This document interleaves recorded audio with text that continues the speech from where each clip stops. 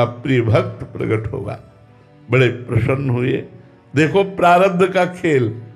फल लेकर के आए और अपनी पत्नी धुंधुली से कहा कि ये फल आप पा लीजिए, संत भगवान ने प्रदान किया, इससे पुत्र अवश्य होगा।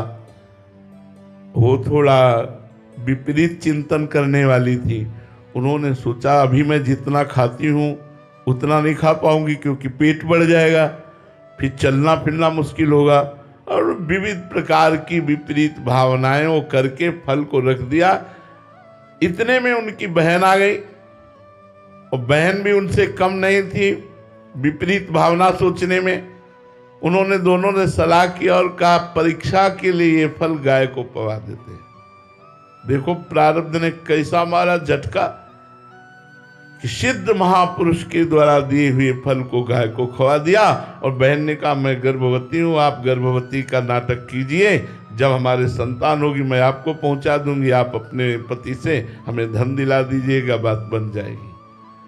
तो गाय से गोकर्ण जी प्रकट हुए और उनकी बहन से जो पुत्र लिया धुंधुली ने, तो अपने नाम के अनुसार धंधकारी रखा, जो महान पातकी और दुष्ट आचरण वाला, जिसके लिए श्रीमद् भागवत का श्रवण गोकर्ण जी ने कराकर और उसे मुक्त किया। तो इस प्रसंग से पता चलता है कि संत भगवान ने तो प्रारब्ध बदलने की पूरी चेष्टा की, लेकिन क्या बदला? क्या प्रारब्ध ज्यों का त्यों रहा। धुंधुली का गर्भ में कोई भी संतान नहीं आई, और वो फल गाय को, नहीं तो अगर पा लेती तो पक्का पक्का संतान होती, क्योंकि वो संत के द्वारा दिया हुआ फल वो निष्फल नहीं जाता। तो प्रारब्ध अगर प्रबल हुआ तो ऐसा भी हो सकता है कि वो भ्रमित कर दे और संत की आज्ञा का उल्लंघन हो जाए। तो क्या अगर संत चाहें तो हो सकता है, क्योंकि तप में बड़ी ताकत होती है। तप अगर संत के पास एकत्रित है और वो चाहे तो प्रारब्ध के, किसी के भी प्रारब्ध को विध्वंस कर सकता है। पर प्रायः संत जन भगवान के यंत्र होते हैं, जैसा भगवान इशारा करते हैं वैसा ही करते हैं, नहीं तो उनका कोई संकल्प विकल्प नहीं होता, और संकल्प विकल्प रहित महापुरुष होते हैं। पर संतों के दर्शन से भगवान में प्रीति होना ये सही फल है। संत संग अपवर्ग कर, संतों का संग मोक्ष के लिए है, संतों का संग भगवत प्रेम के लिए है। महाराज जी इसमें एक वो था महाराज जी, जैसे आपने हम सबको हजारों जीवों को भगवत मार्ग पे लगा दिया महाराज जी। हमारे प्रारब्ध में तो ना ही वृंदावन था, ही ना ही भजन था, और शायद अनंत कोटि दुख लिखे होते, बट आज जीवन की एक धारा परिवर्तित करके प्रारब्ध तो एक साइड रह गया महाराज जी। जो सुख दुख जो है वो तो है, बट एक उसको सहने का, उसको एक हाँ, ये ऐसा प्रश्न है आपका कि हर उत्तर को काट दिया, हर उत्तर को। वो लौकिक प्रसंग था, ये पारमार्थिक प्रसंग है। आप लोगों ने अपना जीवन समर्पित कर दिया, गुरु को तन मन प्राण समर्पित कर दिए। अब प्रारब्ध की ताकत नहीं कि वो अपने अनुसार आपकी दुर्गति कर सके, वो अपने अनुसार आपकी दुर्गति कर सके। अब इतनी सुने प्रपन्न जे भय, ये सिद्धांत दूसरा लागू हो गया, ये परमार्थिक सिद्धांत लागू। सुने प्रपन्न जे भय, अभद्र सर्व के गए, मिले तिन्हें प्रसन्न होए, न जाति भेद मानिए, सुभाग लाग पाई हो, प्रशंस कंठ लाई हो, सिरारे नयन देख के अभेद बुद्धि आनिए। जो ये वो आप बना के छोड़ा, जो ये वही आपको बना के छोड़ा। क्यों? सुने प्रपन्न जे भय, जिन्होंने सुना और सुनकर शरणागत हो गए पूर्ण मन वचन कर्म से। अब ये वृंदावन प्रारब्ध से नहीं मिला, कृपा से मिला। ये वेश प्रारब्ध से नहीं मिला, कृपा से मिला। ये नाम ये मंत्र प्रारब्ध से नहीं मिला, कृपा से मिला। लाडली जू भी कृपा से मिल जाएंगे, इसमें कोई संशय नहीं है। इसमें प्रारब्ध का नहीं, यहाँ प्रारब्ध की धज्जियां उड़ा दी गई, क्योंकि ये सिद्धांत दूसरा। कटे कर्म बंधन संसारी, सुख सागर पूरी तति भारी, विधि निषेध श्रृंखला छुड़ावे, निज आलय बन आन बसावे, आलय बन बसत संग पारस के, आयस कनक समान भयम, मांगो मन मनसि दास अपनी कर, पूरन काम सदा हृदय। कृपा की समस्त संसारिक कर्म बंधनों को विध्वंस कर दिया और खींच लिया और अपने समीप बुलाया। और समीप बुला करके जैसे पारस के स्पर्श से जंगहा लोहा भी स्वर्ण जैसा चमकने लगता है, स्वर्ण हो जाता है। आलय बन बसत संग पारस के आयस कनक समान भयम, वृंदावन वास प्राप्त हो गया। और रसिकों के संग से वो तो पारस तो स्वर्ण करता है, रसिक जन तो रसिक बना देते हैं। ये सिद्धांत अलग हो गया। जो शरणागति का सिद्धांत है ये अलग हो गया। और सार्वजनिक सिद्धांत की जो अभी चर्चा की उसमें प्रारब्ध बहुत जोर का होता है, लेकिन शरणागति के बाद प्रारब्ध की धज्जियां उड़ जाती है, क्योंकि अब भगवान उसको देखते हैं।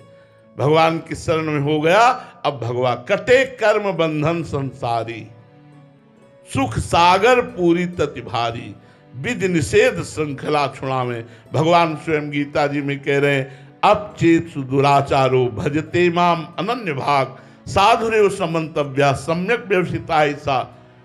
चाहे जितना बड़ा दुराचारी रहा हो, अगर वो सम्यक भाव से, अनन्य भाव से, संपूर्ण भाव से मेरी शरण ले लेता है तो मैं आदेश करता हूं उसे साधु मानो। भगवान कहते हैं उसे मंतव्य मानो। है नहीं, अभी है नहीं, क्योंकि अभी तांगो पांग दुराचार करता रहा है। मैं कहता हूं कि उसे साधु मानो। भगवान आदेश करते, अपिचे सुदुराचारो भजते माम अनन्य भाग, साधुरेव समंतव्य सम्यक व्यवसिता ऐसा, क्योंकि उसने सम्यक बुद्धि से निश्चय कर लिया अब मेरा कल्याण केवल भगवान की शरण में होगा। वही भगवान रामचरितमानस में कह रहे, करो सद्यति साधु समाना, मैं उसे साधु बनाता हूं। चाहे चराचर विश्व का द्रोही हो, करोड़ों ब्रह्म ऋषियों का वध करने वाला हो, अगर मेरी शरण में आ जाता है तो मैं उसे साधु बना देता हूं। कोटि विप्र वध लागे जाहू, आए शरण तजो निहिता हूं। जो नर होए चराचर द्रोही, आवे सभे शरण तक मोही, तज छल कपट मोह मद माना, करो सद्यते साधु समाना। भगवान कहते हैं जी, यहाँ साधु का क्या वेश से मतलब है या आंतरिक स्थिति से? वैसे बात तो आंतरिक स्थिति की है। अगर वेश में आंतरिक स्थिति है तो क्या कह रहा है, सतरति सतरत सा लोकांतरयति। अगर वेश है और आंतरिक स्थिति नहीं है तो फिर बात ठीक नहीं है। आंतरिक स्थिति की बात कही गई है। साधुता जैसे श्री विभीषण जी को देखकर श्री भगवान कह रहे हैं, तुम सारी के संत प्रिय मोरे, धरऊं देह नहीं आन निहोरे। तुम्हारे जैसे संतों के लिए मैं अवतार धारण करता हूं। तो विभीषण जी राजमंत्री की पोशाक में है, न सन्यासी है न वैरागी वेश में। राजमंत्री रावण के भाई भी हैं और राजमंत्री भी हैं। तो उस पोशाक में भगवान कह रहे, तुम सरीखे संत प्रिय मोरे। लक्षणों को जब रावण ने लात मारी और विभीषण जी ने कहा, तुम पितु सरीस भले ही मोहि मारा, राम भजे हित नाथ तुम्हारा। तो कैलाशपति बोल उठे, उमा संत कई है बड़ाई, ये संत है विभीषण। तो विशेषता आंतरिक साधुता के लक्षणों की है। वेश तो आचार्यों के द्वारा हम लोगों को प्राप्त होता है। अगर आचार्यों के द्वारा वेश प्राप्त है तो उद्देश्य भी प्राप्त है। वेश और उद्देश्य दोनों मिल जाए तो फिर क्या कहना है। अगर केवल वेश है और उद्देश्य संसार है तो इसी को पाखंड कहते हैं, इसी को दंभ कहते हैं, इसी को पाखंडी कहते हैं। बिन विवेक वैराग्य भक्ति बिनु सत्य न एको मानो, भगवद विमुख कपट चतुराई सो पाखंड नहीं जानो। पाखंड की परिभाषा बताई, यदि विवेक नहीं, वैराग्य नहीं, भगवत प्रेम नहीं, अंदर भागवतिक लक्षण नहीं, और आप तो फिर उसमें पाखंड रोग आ जाएगा, उसमें दंभ रोग आ जाएगा। तो उद्देश्य जिसका भगवत प्राप्ति है और जिसमें भागवतिक लक्षण विराजमान है, उस वेशधारी महात्मा के द्वारा पूरे मम भक्ति युक्तो भुवनम पुनात, भुवन के भुवन पावन करने की सामर्थ्य रहती है। तो संत दर्शन बड़े भाग्य से मिलते हैं, संत संभाषण उससे भी ज़्यादा कृपा होती है, और संत आज्ञा उपदेश अगर हम पालन करने लगे तो हम स्वयं संत बन जाएंगे, हम स्वयं भगवान